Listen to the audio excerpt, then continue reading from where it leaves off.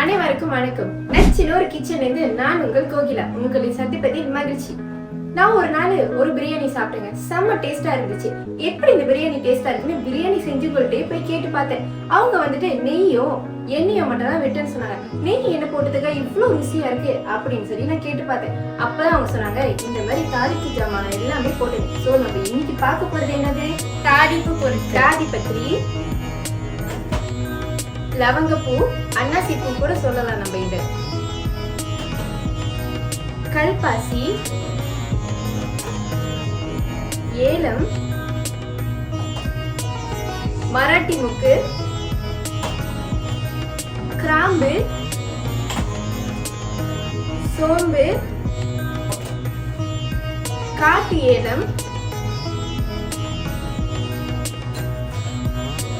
லவங்கப்பட்டை, லவங்க இலை. இதுதான் நம்ம ஸ்பெஷல் பிரியாணில போட்ட தாளிப்பு ஜாமா. இந்த லவங்கப்பட்டை இதுக்கு இன்னொரு பேர் என்னன்னு சொல்லுவாங்க, சீலோ சினமன் சொல்லுவாங்க.